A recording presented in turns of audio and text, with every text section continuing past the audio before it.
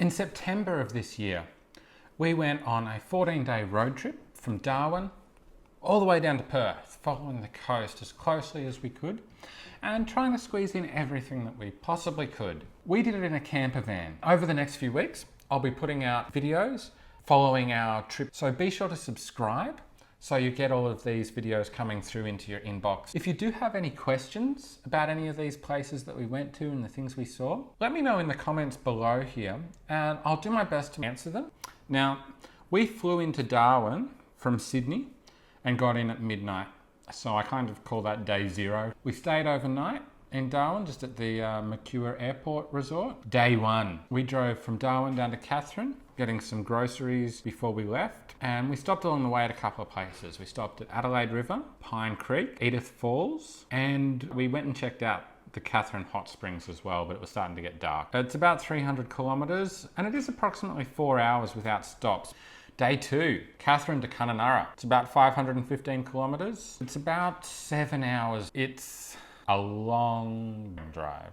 That morning we went to Nitmaluk, which is Katherine Gorge. So we did the sunrise cruise there, which was fantastic. Then we got on our way, crossed the border. We stopped in at Lake Argyle. Now that's a little bit out of the way, but worth doing. And then we also went and saw Miramar National Park and the rock formations there when we got to Kununnura, which is absolutely worth doing. Day three was Kununnura to Fitzroy Crossing. Now that's about 650 kilometres and again is about 7 hours plus stops. First up, we stopped at Warman, about 200 k's from Kununnura. We took a scenic helicopter flight from there. It took us out over the Bungle Bungles. It is so worth it. Then we stopped at Halls Creek. We went into the China Wall, then on to Fitzroy Crossing. Day four, it's Fitzroy Crossing to Broome, going via Derby. There's a whole stack of stuff to see at Derby and then on to Broome. Day five, we just spent the whole day in Broome. We went to Dampier Point to see dinosaur tracks. We saw the port. We went out to Streeter's Jetty. We saw the Signet Bay Pearl Showroom, the Pearl Luggers, the Broome War Memorial, Japanese and Chinese cemeteries, to Sun Pictures, the oldest operating picture gardens, the Blue Body Buddha Sanctuary. We went out to that mango place. We went to Cable Beach that evening and we had dinner, went and saw the sunset. Day six was our full day horizontal falls tour. We stopped at the Beagle Bay community. We had a bit of a morning tea there. We saw the Sacred Heart Church, also known as the Pearl Shell Church. And then we went on to Cape Levique, where we went to the Coolgemon Cafe for breakfast. We went out to One Arm Point and saw the aquaculture hatchery. And then we had a seaplane flight from there over the islands of the Buccaneer Archipelago, landing on the water at Talbot Bay. We did the speedboat ride through the falls a number of times, barbecue lunch, best barramundi you'll ever eat. We did a short cruise on Cyclone Creek. We did swimming with the sharks. Then we had the seaplane ride back to Broome. We went to the Broome night markets as well for dinner. Day seven, we left Broome and went to Point Samson,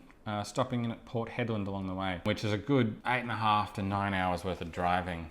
We stopped in at the Sandfire Roadhouse, the Pardue Roadhouse, Port Hedland and the Wim Creek pub, and finally arrived in Point Samson at sunset. Day eight, we continued from Point Samson to Exmouth, going into Karratha and Dampier along the way. It's about 630 kilometres. We stopped in at Wickham, Hossack, Roebourne, into Karratha and Dampier, then down to Exmouth. It was actually after dark by the time we got into Exmouth. Day nine, we spent all around Exmouth. And when I say all around Exmouth, really I mean Ningaloo National Park. We snorkeled at Lakeside, at Turquoise Bay. We did a little bit of snorkeling at Sandy Bay, but there's not much to see there. And then we continued on down to Yardie Creek, then made our way back into Exmouth. Day 10, we went Exmouth to Carnarvon, and we stopped in at Coral Bay along the way. Before we left Exmouth, we actually went and saw the Vleming Head Lighthouse and the old World War II radar there.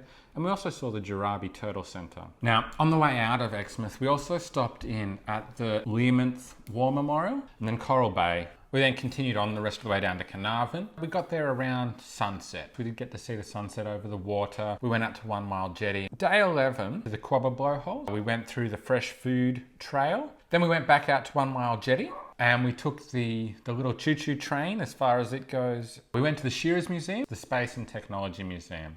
And then Monkey Mia. So it's only about 350 kilometres. Day 12, Monkey Mia to Kalbarri. It's about 400 k's. We went to dolphin feeding first in the morning. Then we went to Denham and to the visitor info centre there. Out to Eagle Bluff, to Shell Beach, to Hamlin Pool and saw the stromatolites. And then the rest of the way on to Kalbarri. Day 13, Kalbarri to Dongara / Port Denison. It's only about 220 k's, but we went via the Hutt River Province and Geraldton. We went to Chinaman's Beach, to Red Bluff, Hot Alley, Eagle Gorge, Island Rock and the Natural Bridge. We went into Port Gregory and saw the Pink Lake down to Northampton, Hutt River. And from there we went to Geraldton and we saw the HMAS Sydney 2 Memorial and Point More Lighthouse, down to Cape Burney. And then finally Dongara, Port Denison. Day 14, our last day. It's about 370 k's down to the Perth airport. 4 hours drive. We have to return the camper van at 4 p.m. We went into Green Head and Dynamite Bay, to Jurien Bay and checked out the jetty, the man-made snorkel trail. Had breakfast at the cafe. From there, we went down to Cervantes and we went to Thirsty Point Lookout, Lake Thetis. Saw the stromatolites